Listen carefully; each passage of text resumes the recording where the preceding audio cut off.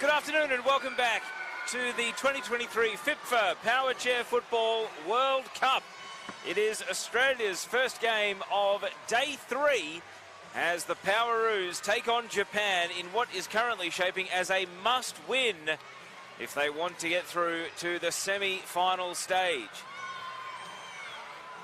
Good feeling in the arena at Quaycentre today in Sydney. My name is Teo Pellizzeri, joined by Lions FC Powerchair player Tom Byrne.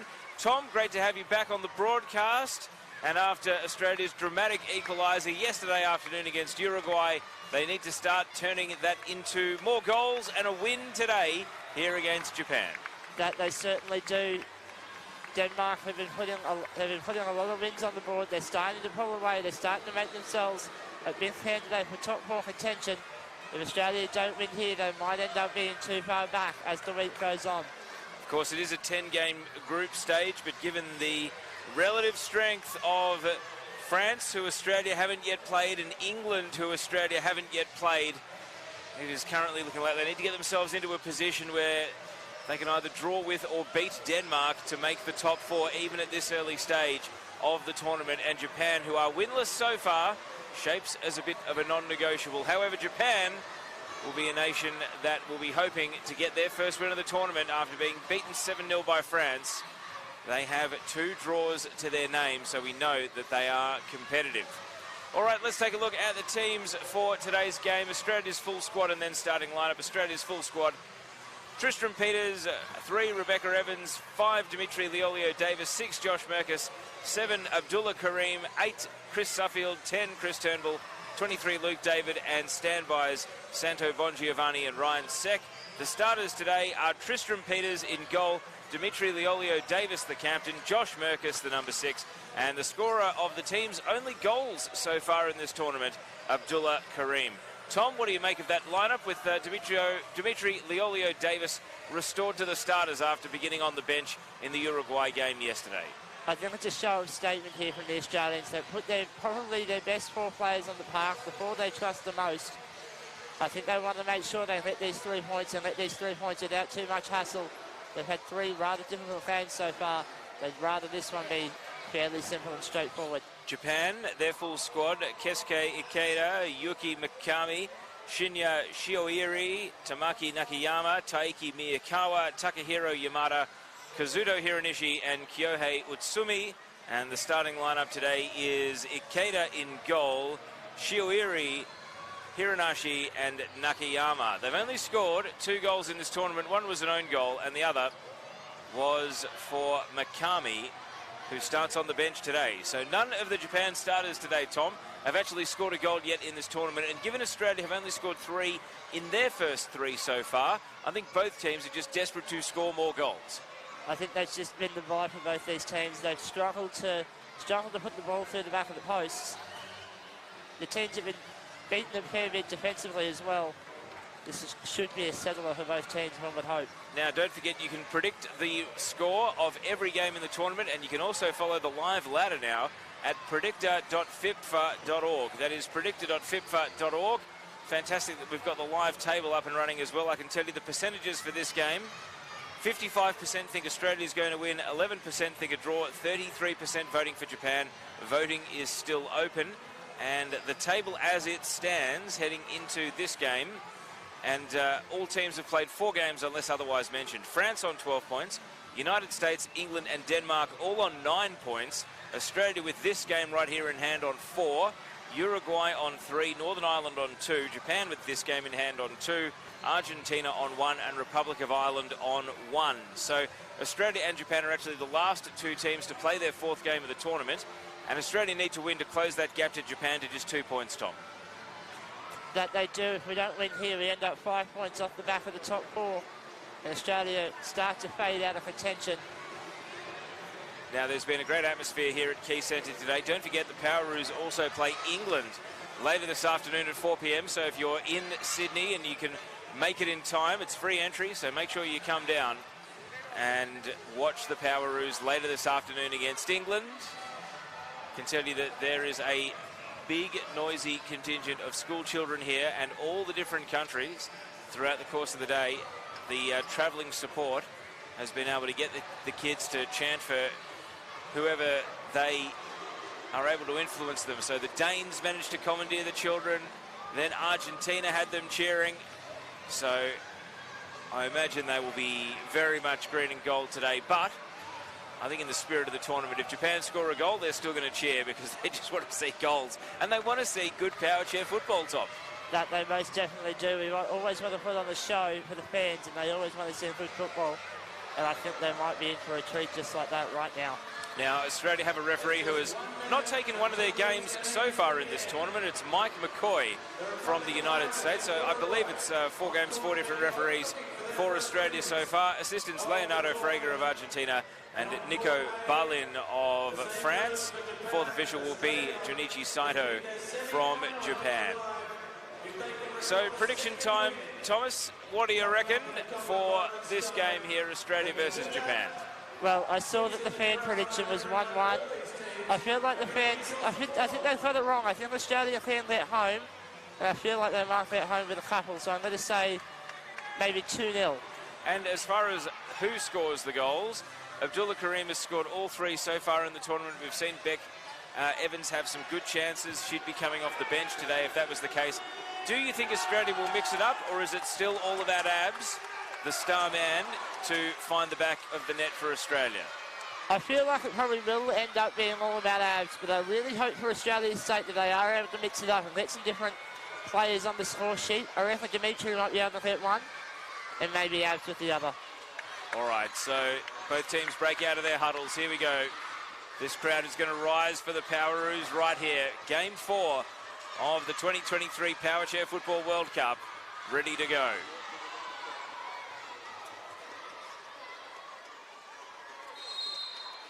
And that whistle gets us underway. Japan in the blue, take kick-off, attacking the right of your screens in this first half. For those of you who may have heard that this tournament is on and you're only tuning in for the first time, it is 20 minutes per half and up to the referee's discretion for stoppage time.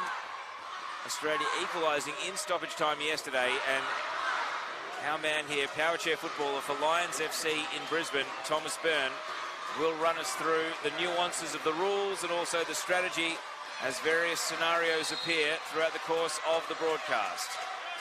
Right now it's Japan just trying to consolidate possession.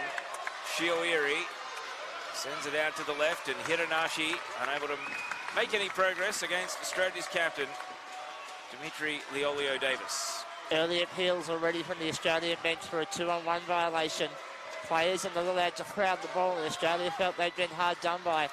Referees have had a lot of different variants on that rule so far this tournament.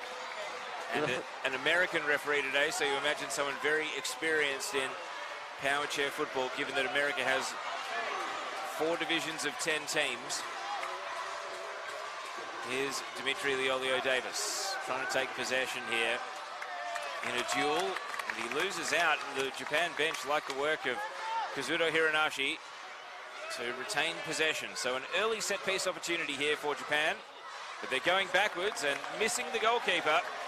Ikeda wasn't able to make ground to the pass, and so the Powerroos will have a restart here in their attacking half. Karim. Bit of a hot pass, nearly met Dimitri Leolio-Davis, and I know the mail from inside the Australia camp was they were looking forward to a team that in Japan that might leave them a bit more space to play a passing game. Think of perhaps against Uruguay yesterday, that midfield wall, and even though you can't have 2 players within a 3-metre radius of the ball, Uruguay were able to really close the space on Australia so effectively at times yesterday. That they were. Japan are fairly well known for their open passing style. So Australia should be able to capitalise on the extra space that creates. Here's 𝐿𝐈𝐏𝐅𝐀 Davis. Great chance initially. Saved by 𝐏𝐾. Well, almost immediately, as you were talking about it, Tom, Australia had basically two men in open space and a passing angle and a shot there, but just didn't get the angle quite right. And now Japan are able to fill the penalty area. So explain to us, we talk about the 2-on-1, but there are exemptions for the goalkeepers. So for our first-time viewers, just run us through that. Yeah, so a goalkeeper, you'll always see who they are. They always wear a different coloured shirt. They are allowed to be basically anywhere they like, provided they are within their box, and they do not give away a 2-on-1 violation should they do so. If they do leave the box, however, they are very much liable for a 2-on-1. And sometimes keepers can make that mistake. 𝐏𝐾 here, up against 𝐿𝐈𝐏𝐅𝐀 Davis. And it's a kick in, going Australia's way. So Australia's starting to take territorial advantage in the game here. 𝐿𝐈𝐏𝐅𝐀 already setting up on the far post. Looks like it might be a 1-2 pass situation. Either that, they're going to try and breach the wall. Josh Merkus planting himself in between a line of Japanese players. Will he actually try to move out of the way of the pass? 𝐿𝐈𝐏𝐅𝐀 Davis, a shake of the head, but he didn't quite hit it the way he wanted. Nakayama up against Josh Merkus, who does everything for this Australian team, but so often it is protecting in either midfield or defence and winning the ball back for the Australian team. That's certainly the role of the central player in the Australian system. You've both got to be the playmaker as well as the lead defender, almost a box-to-box midfielder type role. Josh Merkus suits that role perfectly. He just seems to be everywhere, anywhere, all at once. Here he is to take this free kick. 𝐿𝐈𝐏𝐅𝐀 Davis. Intercepted here. Merkus. Oh, neat pass from Japan through midfield. And this is the open space they were hoping to exploit, but the keeper is drawn out. And that is well done by Peters. Now Abdullah Karim. He's a lone show here on the left side, though. Contact comes, and it's against Abdullah Karim. So it's a 2-on-1 violation, in fact. It's Peters and Karim who are the two that have been signalled. Peters, of course, he had rotated with Merkus to be the frontline defender, but as he is the keeper outside the box, he does not get that freedom from the 2-on-1 rule. Restart to be taken by 𝐏𝐾. And now a chance for Japan, and it's in for an own goal. The shot came in initially from Nakayama, and an unkind deflection off Tristram Peters has sent it through Australia's net. Well, there's that passing there we talked about from Japan. They were able to find space, got the ball in with pace, came off of Merkus' chair with speed, right into the front of Tristram Peters, who was facing his own net. Nothing Australia could do. And now they are down 1-0 just 5 minutes into this game. So Nakayama put in the cross, and that will go down as an unfortunate own goal for Australia. So amazingly, Japan have scored 3 goals in the tournament, of which 2 have been own goals. But when you see how they set that up, perhaps it's not a surprise. Can Australia hit back straight away? Abdullah Karim takes possession. Needs to find a pass, unable to do so. And he swung, hoping for a shot, just didn't make sweet contact. And he continues to contest here, Abdullah Karim. Out for a kick-in. Good play by in there. He managed to get the ball off the Japanese goalkeeper, sent it back out of play, wins the 5th in.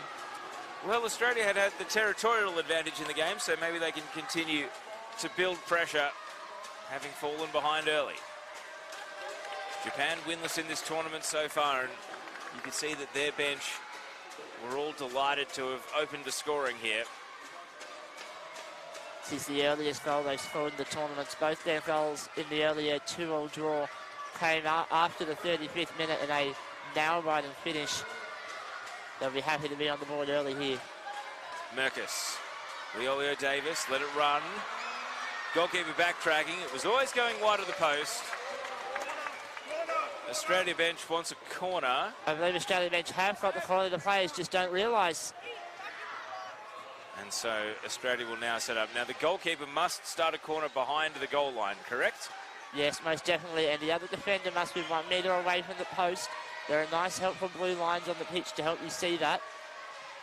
The 𝐅𝐸𝐿 Davis's corner. Merkus! Great defence there by Hiranishi. Read the play well, got in front of Merkus, tapped it away. Second corner in a row. Really forcefully hit shot from Josh Merkus, though. Australia's best chance of the game so far. Looks like the play will be similar. There might be a different variation, but the setup is similar. The 𝐅𝐸𝐿 Davis talking to his teammates here. Plays the corner. Oh, it deflected and sat up, but Abdullah Karim was already charging in to the penalty area. Now the goalkeeper, Tristan Peters, rushes forward once more. Looks like him and Josh Merkus will be rotating through that central position as he now takes the ball out to the wing.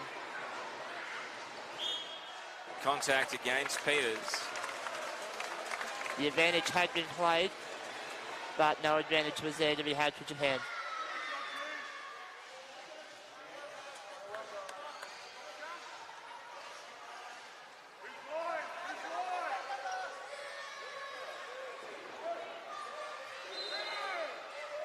The 𝐅𝐸𝐿 Davis. Japan not able to make the most of the kick in.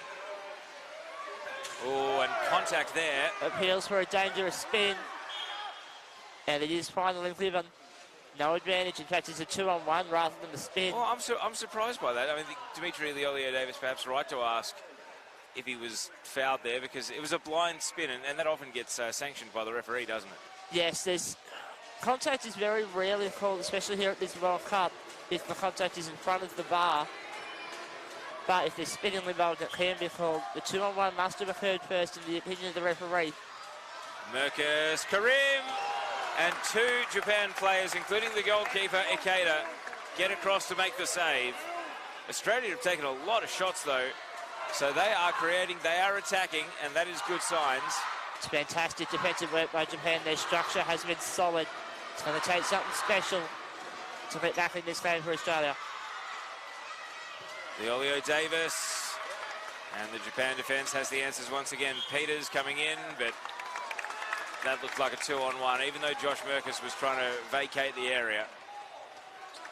We're seeing this corner routine now. Abdullah Karim charging in at the defensive players. I was privileged enough to be in a training camp with the Australians a few months ago, and I was on the receiving end of quite a number of those. They've had that one nailed, and they're displaying it here. The 𝐅𝐸𝐿 Davis wants to cut to the outside of his opponent. Couldn't find an avenue, so now he drifts central. Ball very much in dispute here. 𝐏𝐸𝐿 doing a good job there to drift to the right. He saw Karim was there trying to get the 2-on-1. Didn't end up happening. And now a long shot from 𝐏𝐸𝐿, the goalkeeper. It goes keeper to keeper. The 𝐅𝐸𝐿 Davis, another forceful shot. It's going to go wide to the right. For the Japanese fans who are in the stand at the right of our screen, really like the work, and it took a deflection, so it will be a Japan corner, and they have really not been down into their attacking end since they scored the goal. Yeah, it really has been Australia's ball so far in this game. They want to avoid going 2-0 down here, though. The shot comes in. Merkus deals with the danger. It's going to be a Japan kick in, though. Australia now will reset. Tristan Peters will come to the top of the box. As the keeper, you want to be defending the top of the box when you can. So that's the best way to avoid 2-on-1s and be effective. Hiranashi. Again, looking to get that deflection off the back of the goalkeeper, Japan. Worked for them for the opener. Merkus and Peters have been leaving that out there. They're almost tempting the players to go there. 𝐿𝐸𝐿, what a great little move here.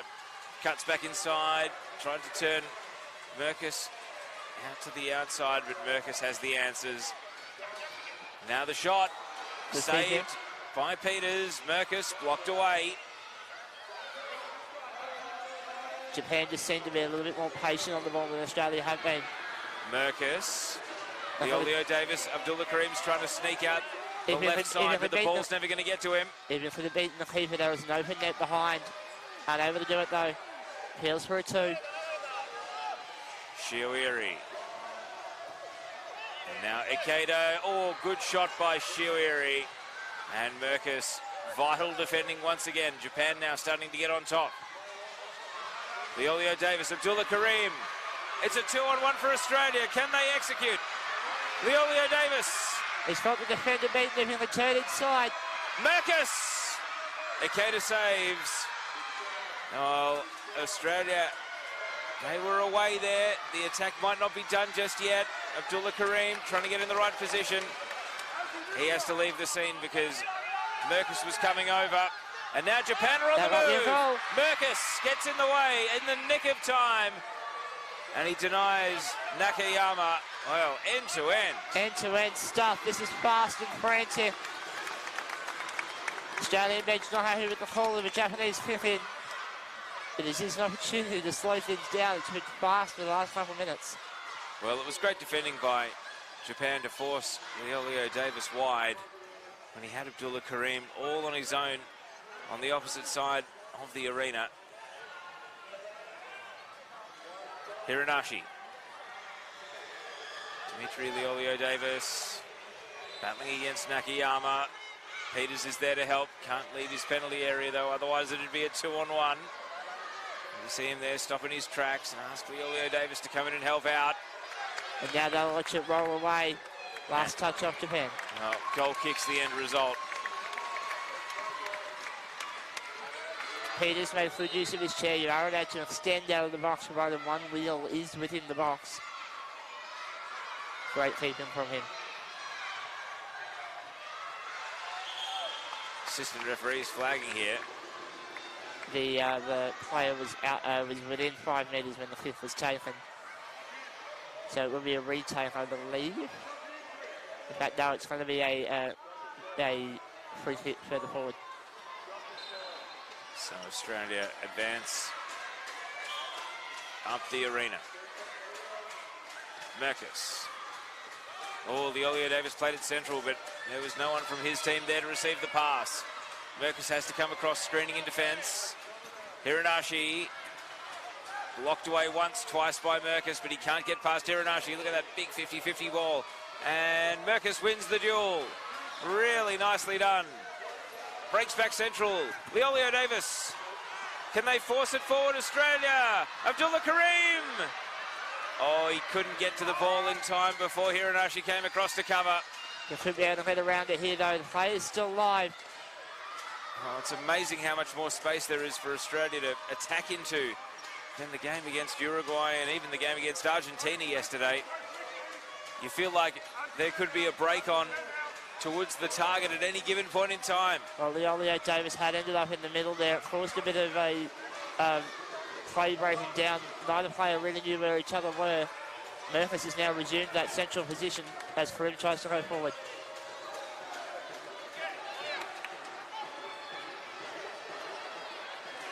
Here goes 𝐅𝐈𝐿. Hiranashi.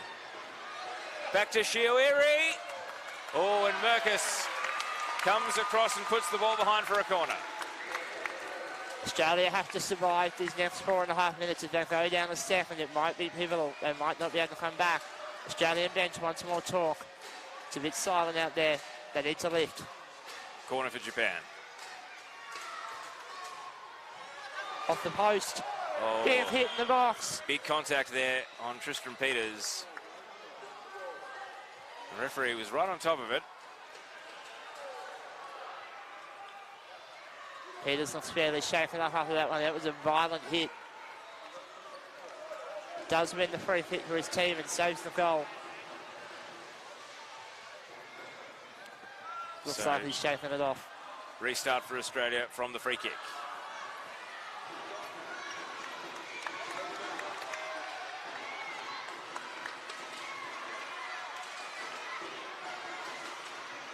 Japan will try and set up similar to Uruguay yesterday. They'll try and keep the ball down this end of the park. Not leave Australia any space. 𝐼𝐿.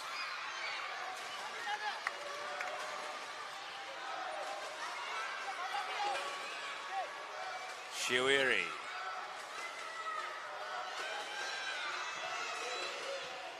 Memphis trying to pin it away, trying to get the ball to the sideline. Goes central instead. Oh, powerful shot coming in. 𝐿𝐿𝐿 blocks it away, but I think some of the Japanese players are just so skilled with how they can generate so much power in their shooting. That they are. That's one of the benefits of being able to pass accurately is it means you're also able to generate a whole heap of power and trust it's going to go vaguely where you want it to. 3 minutes of regulation to go in the first half. Japan in the ascendancy thanks to an own goal.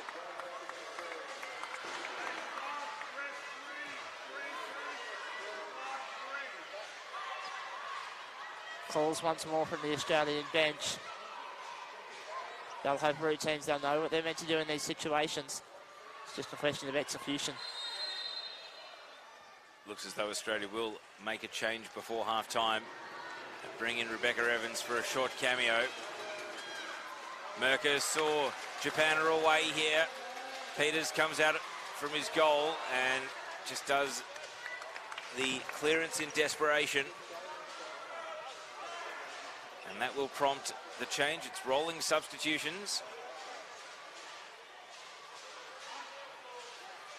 Japan are going to make a change of their own as well. So first change to go through is Kazuto Hiranashi. He is coming off. And Yuki Mikami, who is still Japan's only player to score a goal in this tournament, is coming on. And Abdullah Karim goes to the bench for an early start on his halftime break. And Beck Evans comes on. So can Evans be the late catalyst with only 90 seconds of regulation to go? 𝐿𝐿𝐿. Well, it was an almost immediate impact from Beck Evans there. Fantastic pass, brilliant ball across the box. 𝐿𝐿𝐿 was there. He had a good swing at it, just put it wide. In fact, we're being set back. It's going to be a mulligan then almost. It appears the player was inside 5 metres, which is a retake. Well, little bonus for Australia then, but now we're down to 1 minute to go until half-time. Merkus, Evans not afforded the space this time. Goes to self. And puts it wide. Cleverly moving out of the way there was Mikami, allowing the ball to run out for a goal kick. So is there a sting in the tail at the end of this first half, where Japan have had the early lead and held it throughout?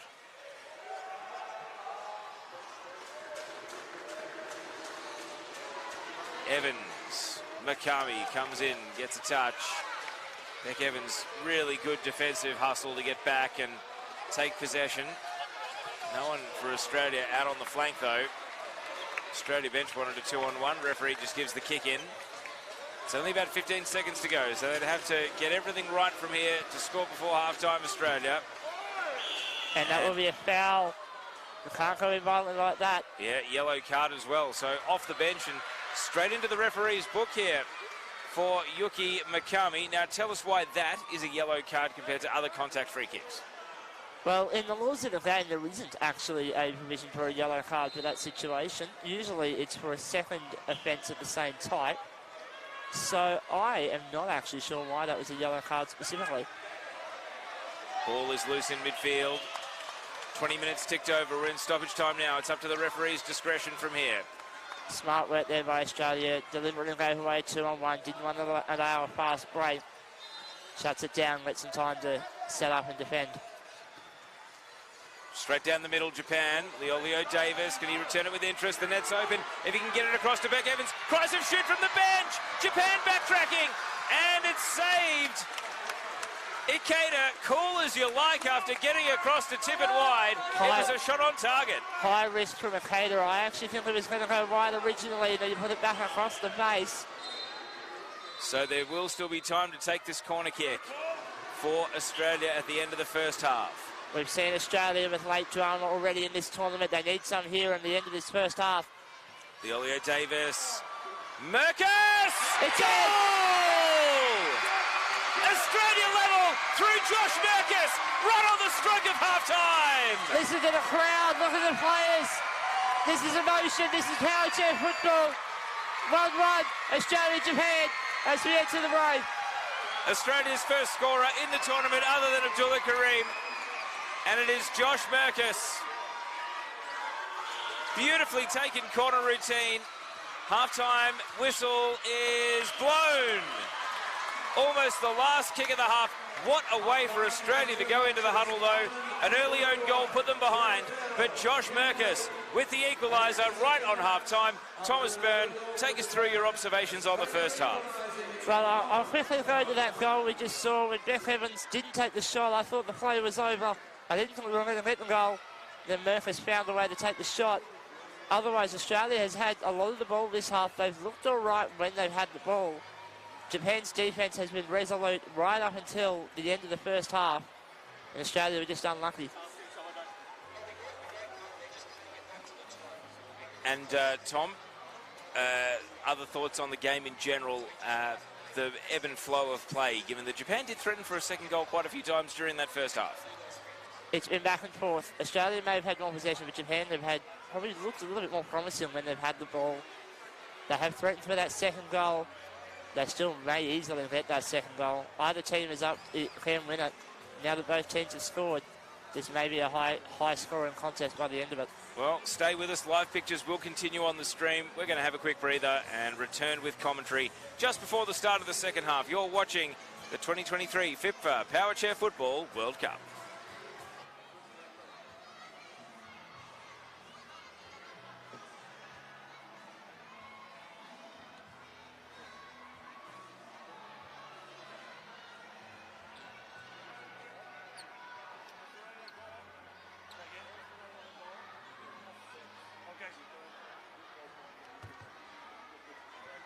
Dyslexia.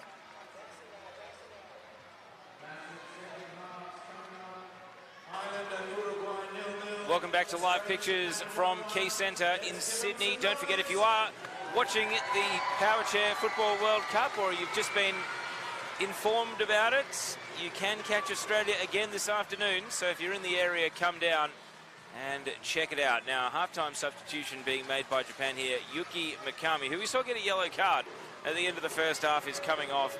And Kazuto Hiranishi, who started the game, is coming on. Beck Evans remains on for Australia, meaning Abdullah Karim is still on the bench. The score is 1-1.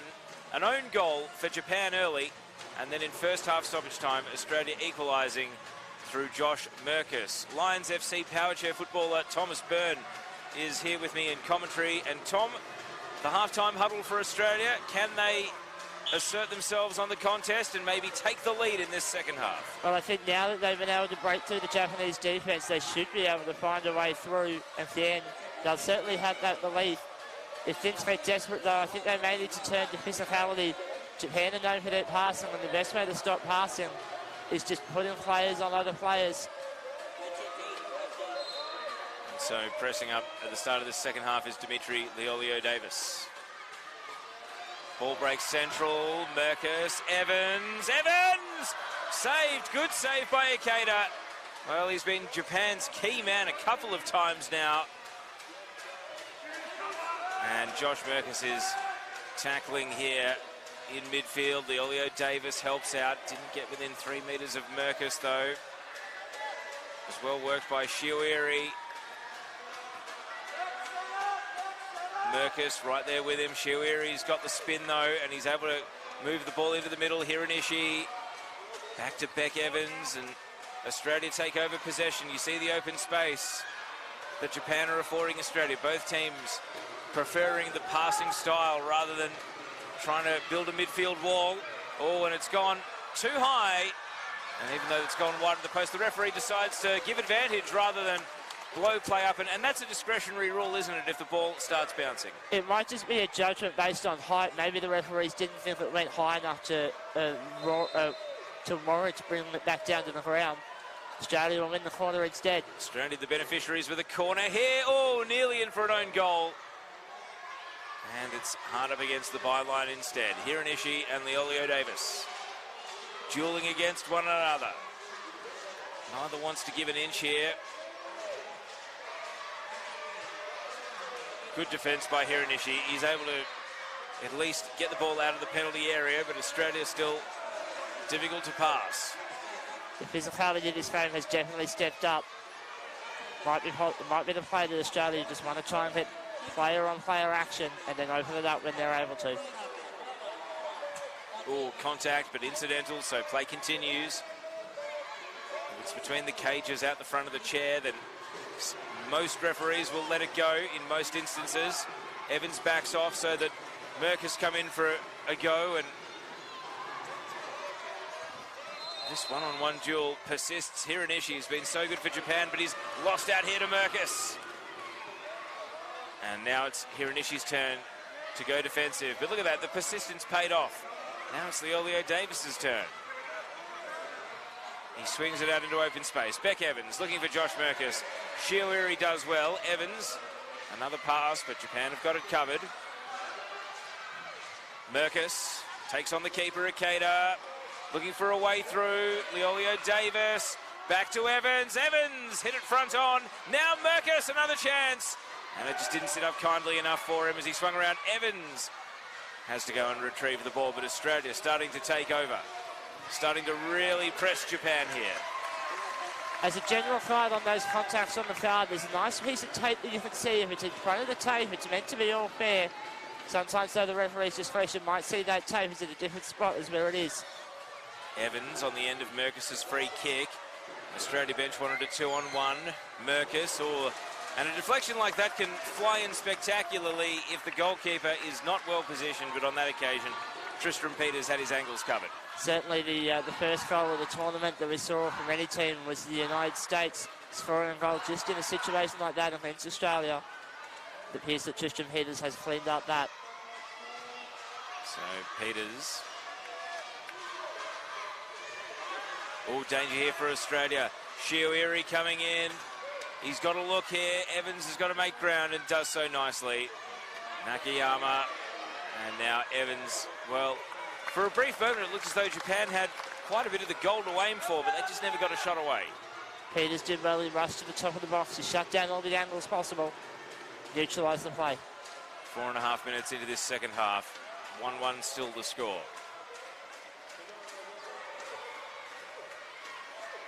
Evans, Shiwiri, out comes Merkus. And Peters stops the ball in its tracks. Merkus up against Hiranishi. And you see Shiwiri leave the area so that Hiranishi can continue the one-on-one defending. Hiranishi probably could have pulled out of that play and let a teammate take over. It was just getting dragged back and lost the entirety of the pitch to the Australian attack.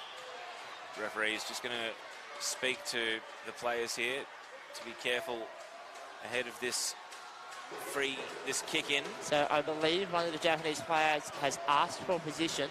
So as a defender, you have the right to let players to clear out, and then you're able to move once they are out of the way and you have decided where you want to be. Evans can't get the ball onto Merkus. Shiwiri is there.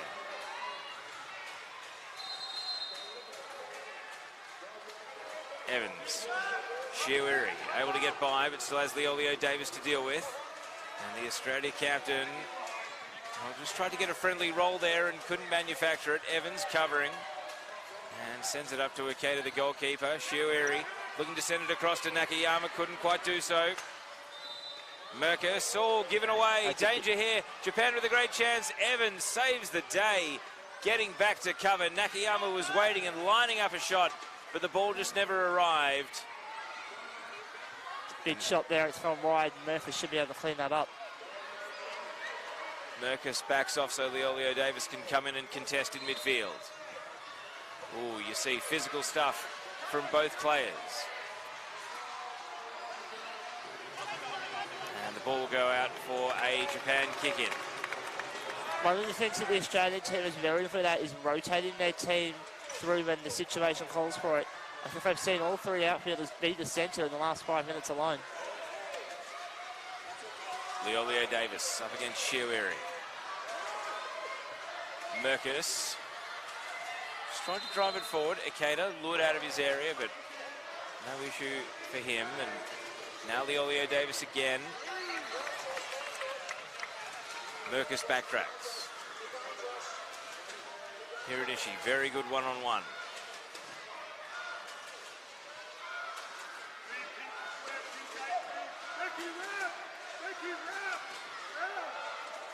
Merkus. There will be a foul against Hiranishi, but a little bit too violent on the back wheel of Josh Merkus. We'll see a free kick in Australia's favour. So they've dealt with that defensive stand, Australia, able to hold their ground. And is that a warning we're seeing here? That is a final warning. No more of that anymore, and you're in the book. Of course, Australia's opponents have had players red-carded, Argentina and Uruguay, in this tournament already. However, the only Japan player with a yellow card is currently on the bench. Shiwiri trying to find an opening for Japan here.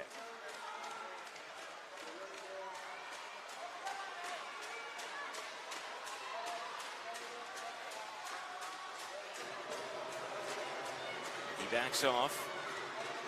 Merkus out to greet him and out to win the ball away. 𝐿𝐿𝐿 has to be out of the way. And you see Merkus was just trying to get a bit of spin there on the ball, and he does so in his favour. Last touch off Japan.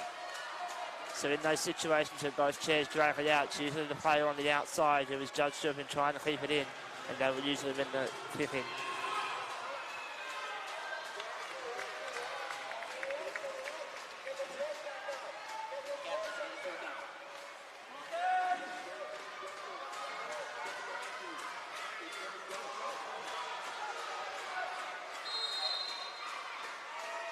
Merkus' free kick.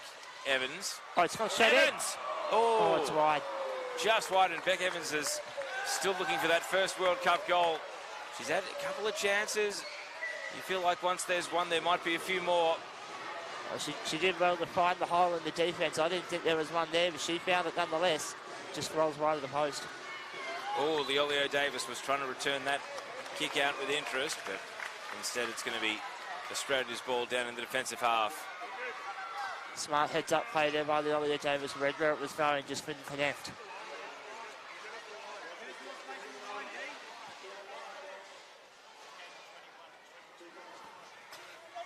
𝐿𝐿 up against 𝐨𝐈𝐿. Contacts. Merkus has to gather himself. Play continues. Ball sent back. 𝐏𝐨𝐿𝐿, the goalkeeper. Merkus. Hiranashi. 𝐨𝐈𝐿. Oh, touched wide by Merkus. Goal, corner kick coming up for Japan, and the Japan bench all enjoying that attack. Those balls coming in from the wing where the defender is running back in to cover the box. Those are always dangerous. If it touches the front of the guard, very much likely you'll see that ball ricochet straight back in to the net. Corner kick. Merkus with a block. 𝐨𝐈𝐿. Merkus backed himself to win possession and did.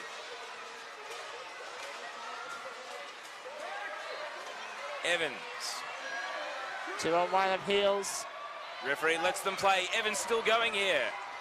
𝐏𝐨𝐿𝐿. Evans. Again shouts for a 2-on-1. Merkus. 𝐿𝐿. Back to Merkus. And even though he had a goal-bound touch, it was saved by 𝐏𝐨𝐿𝐿. Evans shoots, and that'll be a corner. The ball from 𝐿𝐿 was through. It was just a little bit too fast for Merkus to realise it was coming back at him. Australia scored from a perfectly passed corner in the first half. Let's see if they can recreate it here.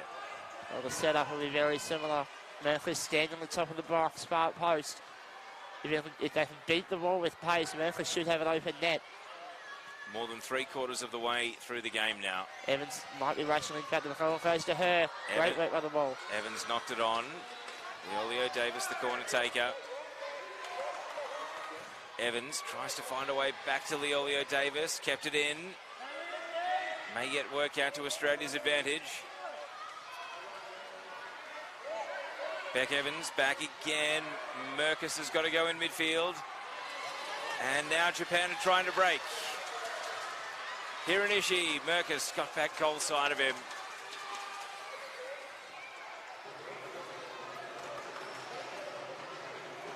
And now Australia have Peters and 𝐿𝐿 at the edge of the box, trying to deal with this danger. Hiranishi is very good at locking the ball up in one-on-one situations like these. This is the time in the game now, 8 minutes to go in the game, when both teams will start getting desperate. We may see things open up, and we may see those goals starting to flow. 𝐿𝐿 wins the duel. Forward he goes. Evans. Back to 𝐿𝐿. Tries to shuffle it on. Merkus. Merkus is in the vicinity. Oh, and he just couldn't make contact. He didn't need to be fancy there. He had his spun. He probably should have just kept on flooring it backwards. He would have got the side hit and should have been able to score. Instead, he has a swing, misses, and we stay level at 1. Does Australia look to the bench, or are they happy with this combination? I think this combination might be all right, but it wouldn't surprise me if they do go to the bench. Oh, given away by the keeper. 𝐏𝐨𝐿𝐿 now has Evans to worry about. Evans towards the post. Goes wide. Corner kick. Big chance once more. Oh, another corner for Australia. The ball is now starting to live down at the Powerchair's attacking end of the arena. But it's right under the Japanese fans, so they'll have them within earshot here to try and urge them on. And now the fast break. Tristan Peters comes out and does really well defending. And he's just going to take the ball and go. And that was smart from Australia. They all cleared out and they just let Tristan Peters continue that one-on-one duel. It's the way it is when you let the keeper have the ball and have a run. Just let him have some space. Just follow the momentum with him. Kick in for Merkus. Appeals for 5 metres on the rear defender for Japan. Merkus winds up. Gets a second chance. 𝐿𝐿.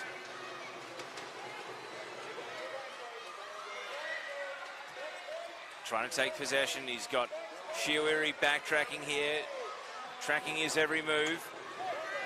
Ball breaks into the middle. 𝐏𝐸𝐿 against Evans, and it spills. Evans, 𝐿𝐨𝐿 Oh!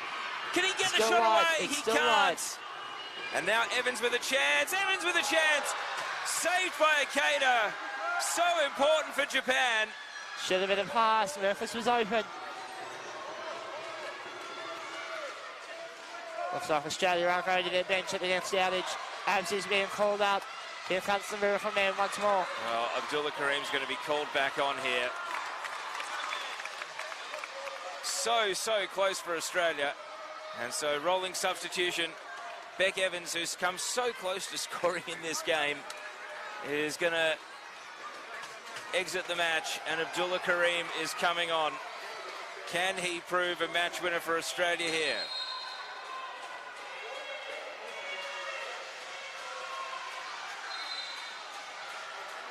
𝐿𝐨𝐿, Merkus in midfield. Abdullah Kareem, can he make an instant impact here? Abdullah Kareem, great shot off the line. Merkus following up. We're into the last 5 minutes. It's Australia's game at the moment, Tom, but they've got to find a way to break through. Well, you don't get 3 points if you can't score, and they need to score soon. Abdullah Kareem takes possession and goes. 𝐏𝐸𝐿, Merkus following up. 𝐿𝐨𝐿, and the square ball just didn't have the juice on it to get to Abdullah Kareem in time. Merkus fires. 𝐿𝐨𝐿, oh, and the ball raised up. And the referee will call for a set ball, which is the Powerchair football equivalent of a drop ball here, right at the edge of Australia's penalty area. 𝐿𝐨𝐿 was very lucky not to have his head taken off by that one. It came off the backrest of his chair, which is why we always have rules to keep the ball down. Set ball then is contested. Merkus. Oh, saved by 𝐏𝐸𝐿 again. Now Josh Merkus once more. Abdullah Kareem knocks it back out to the flank, and not on the same wavelength as his teammates there. Probably right, his head is in his hands at the moment. The pressure is building. Australia do not want to let this game slip away. So Japan kick in. Josh Merkus back in the defensive half. Abdullah Kareem. 𝐿𝐨𝐿 sets Kareem a task. 𝐏𝐸𝐿's there. Following up is Merkus now. Out comes Peters. Finds Abdullah Kareem. Knocks it crossfield to 𝐿𝐨𝐿, who wants to return it with interest. And coming out, well defended. Back on the goal line. But 𝐿𝐨𝐿 has got another crack here. Abdullah Kareem is there. And it's saved by 𝐏𝐸𝐿 once again. So many saves for the Japanese goalkeeper in this game. Merkus, 𝐿𝐨𝐿, across to Kareem it goes. 𝐿𝐨𝐿 was very lucky that the keeper was coming through. 𝐿𝐨𝐿 nearly smashed him with his guard. Well, Australia have had chance after chance here. Through drives Merkus, and he loses possession. Hiranishi, 𝐏𝐨𝐿. It's been intense for Japan. Can they turn defence into attack? Not on this occasion. Josh Merkus. 2 minutes to go. Ball breaks into the midfield. Abdullah Kareem was back, but the call was already going for a 2-on-1 Australia's way. So Japan don't get to go any further. 2 minutes of regulation to go. Clock Australia's enemy here as they continue to look for a winning goal. It's a good opportunity just to take a breather, don't get yourself set up. Take your time. 2 minutes may not be long, but it's enough to score if you do it right. Merkus, 𝐿𝐨𝐿. Now Abdullah Kareem gets a chance. Merkus knocking it back. 𝐿𝐨𝐿, physical attempt to win the ball, and the referee says too much, too physical. Japan free kick. Oh, that one was completely wasted, unfortunately. Japan have really held on well. If they do hold on to this draw, they thoroughly deserve it.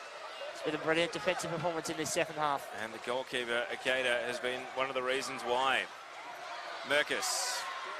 Back to 𝐏𝐸𝐿, back to Merkus. Back and forth they go. Kareem, 𝐿𝐨𝐿, can Australia build an attack from here? Abdullah Kareem Had his back to goal. 𝐿𝐈𝐏𝐿𝐿 now. Will he try to find Abdullah Karim again? He decides to break out to the right instead. And now he jags inside. And 𝐏𝐨𝐿𝐿 is keeping him at bay. 𝐿𝐈𝐏𝐿𝐿. Really good control of the ball. Merkus. Well done by Nakayama to block him initially. Abdullah Karim prods it through. And it was always going wide from 𝐿𝐈𝐏𝐿𝐿 there. We're into the final 30 seconds of the 40. Japan pinned back in their defensive half. Trying to break out here. Merkus forces it on. Hiranishi. Oh, big challenge from Merkus. Japan continue to attack. Not for long. We're about to stick into stoppage time here. How much more will the referee add on? Australia scored in stoppage time of the first half. Japan players being waged forward. They reckon they've got time to win it themselves. Kick in taken. Hiranishi couldn't double touch it, so had to wait for 𝐿𝐈𝐏𝐿𝐿 to hit it. 𝐿𝐈𝐏𝐿𝐿 here. Able to turn away. Advantage being played. Australia, numbers advance forward. 𝐿𝐈𝐏𝐿𝐿 back to Merkus. Can he find a way past Hiranishi? Looking difficult for him at the moment. And Hiranishi. We might be just shutting it down now. This might be the end of the game very soon. Kareem spills. And the full-time whistle goes. Frustration for Australia. They dominated the second half, but weren't able to find a winning goal. And so they head into their massive clash with England later this afternoon. Maybe needing a draw or better just to stay on the fringes of a semi-final berth in this tournament. It finishes Australia 1, Japan 1. Thomas Byrne, a really good draw for Japan. They're third in the tournament. They're still yet to win, but they will feel as though they have certainly come out the better of the two teams here, given the amount of defending they had to do. I think 𝐿𝐈𝐿𝐿 is certainly the main reason why they managed to hold on for 1 point. Some brilliant goalkeeping problems all day today. Very unlucky to have conceded a goal given his performance. Should be proud of that. Give us your thoughts on Australia. They've got one more game today. They've got to go and have about an hour off, and then they'll be back to play England at 4 p.m. Well, England will be out for blood after they lost 3-0 to France earlier today. An absolute demolition job. They'll need to repair that damage, and they'll want to do it as early as they can against Australia. If Australia play like that, they'll have plenty of possession, but they need to find goals. And the English defence will be tougher than the Japanese one they just faced. So it might be a long afternoon for them in sight yet. Well, we hope you're enjoying the FIPFA 2023 Powerchair Football World Cup. Make sure you keep it on the YouTube channel and the socials. Games continuing. We've got the 2:30 and 4 p.m. slots, so 4 games still to come today here at Quaycentre in Sydney. And don't forget that it is free entry, so if you want to come down, come down. It runs all the way through until Friday. And Australia will play again today as they say thank you to the school children and the fans here that were cheering them on during the game. On behalf of Thomas Byrne, my name's Teo Pellizzeri. Make sure you keep watching. Action continues through the day, but for now, the full-time score in Game 20, Australia 1, Japan 1.